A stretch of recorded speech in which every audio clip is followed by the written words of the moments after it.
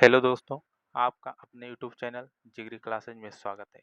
जैसा कि आप लोग जानते हैं कि आज हम बहुत ही मोस्ट इम्पॉर्टेंट क्वेश्चन करने वाले हैं जो ऊंचाई दूरी से संबंधित है। क्लास 10th में हर बार पूछे जाते हैं और इसे हम अच्छी तरीके से बहुत ही आसान विधि से लगाएंगे। क्वेश्चन को पढ़ेंगे और उसके बाद हम लगाना शुरू करते हैं। उसके बाद आइए हम अंशाल को अपने देख लेते हैं कि कितने नंबर का ये क्वेश्चन है। तो जैसा कि अंशाल में दिख रहा है कि ये क्वेश्चन हर साल बोर्ड एग्जाम में 6 नंबर में पूछे जाते हैं। तो आइए इस देख लेते हैं हम। ये लिखा हुआ है 6 नंबर, यानी हर साल बोर्ड एग्जाम में 6 नंबर के सवाल पूछे जाते हैं और बहुत ही इम्पोर्टेंट क्वेश्चन है। इसको हम बहुत ही आसान तरीके से लगाना सीखेंगे।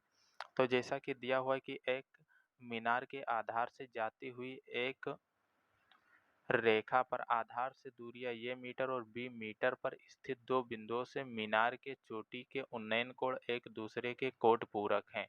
तो हमें सिद्ध करना है कि मीनार की ऊंचाई क्या है, √AB है। इसे हमें सिद्ध करना है तो सबसे पहले हम मीनार बना लेते हैं।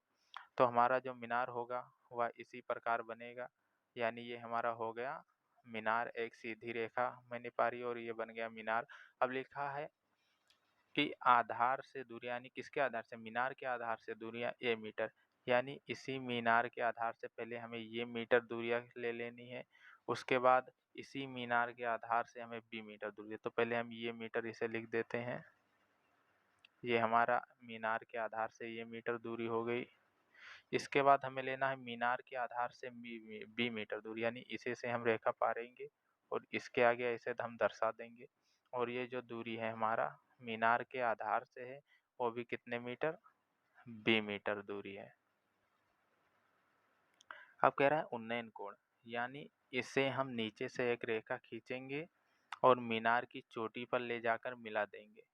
ये बिंदु से हो गया और दूसरा हमारा हो गया बी, यानी जो मीनार के आधार से बी मीटर दूरी है। और इसका हम नाम रख देंगे, यानी इसका हम नाम रखेंगे बिंदु ए, बिंदु बी, बिंदु सी, बिंदु डी। और यहाँ पर सबसे बड़ी बात है जो कह रहा है कोट पूरक कोण, यानी जो कोट पूरक कोण होता है वह 90 - थीटा होता है। यानी जब दो कोणों का योग 90 अंश होता है तब उसे हम कोट पूरक कोण कहते हैं, और जब 180 अंश होता है तो हम संपूरक कोण कहते हैं। तो हमारा क्या हो जाएगा, पहला कोण हो जाएगा, अगर हम पहला इसे हम थीटा मानते हैं तो दूसरा हमारा हो जाता है 90 - थीटा। और यदि हम पहले इसे थीटा माने तो दूसरा हमारा ये वाला हो जाएगा 90 - थीटा। इसके बाद मैंने क्या माना, यहाँ पर एच नहीं दिया हुआ तो हम मान लेंगे कि माना मीनार की ऊंचाई क्या है, स्मॉल h मीटर है। अब यहाँ पर हम लिखेंगे सबसे पहले हल, तो आइए हम लिख लेते हैं। आइए सबसे पहले हम इसे मान लेते हैं। माना मीनार की ऊंचाई AB = h मीटर, मीनार के आधार से दूरियां BC बराबर ये मीटर और BD बराबर B मीटर। और फिर हम लिखेंगे कि सिद्ध करना है मीनार की ऊंचाई स्मॉल h बराबर √AB। जो हम इतना लैंग्वेज लिख लेंगे, इसके बाद हम तुरंत लिखेंगे त्रिभुज ABC में, यानी इस सवाल को हल करने का सबसे सही तरीका यह है कि सबसे पहले छोटे त्रिभुज को हल किया जाए, उसके बाद बड़े त्रिभुज को हल किया जाए। तो इसमें सबसे छोटा त्रिभुज है वह है ABC, तो हम लिखेंगे त्रिभुज ABC में। और जब ABC में लिख लेंगे, इसके बाद हम लिख देंगे कि थीटा के सामने वाली जो भुजा होती है वह लंब होती है, तो लंब इसमें h है और फार्मूला हमारा लगेगा tan थीटा, यानी tan थीटा = हो जाएगा हमारा AB/BC, यानी tan थीटा = AB है हमारा h और BC है स्मॉल e। इसे हम मान लेंगे इक्वेशन फर्स्ट। और फिर हम लिखेंगे त्रिभुज ABD में। अब हम बड़ा त्रिभुज सॉल्व करेंगे, तो बड़ा त्रिभुज हमारा दिया है ABD।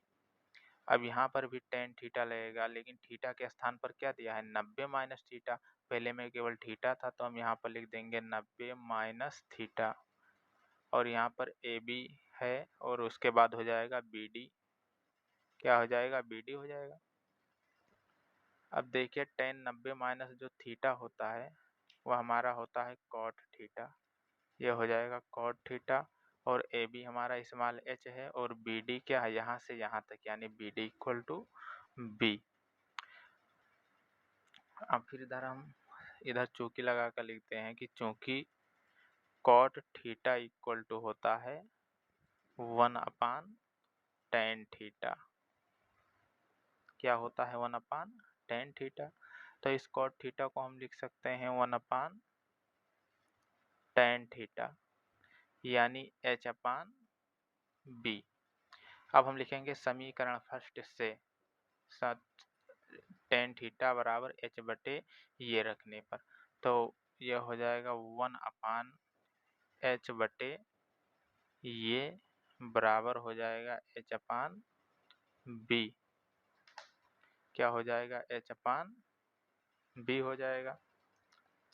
ये हमारा ऊपर चला जाएगा तो इधर हो जाएगा हमारा ये अपान h इक्वल टू h/b।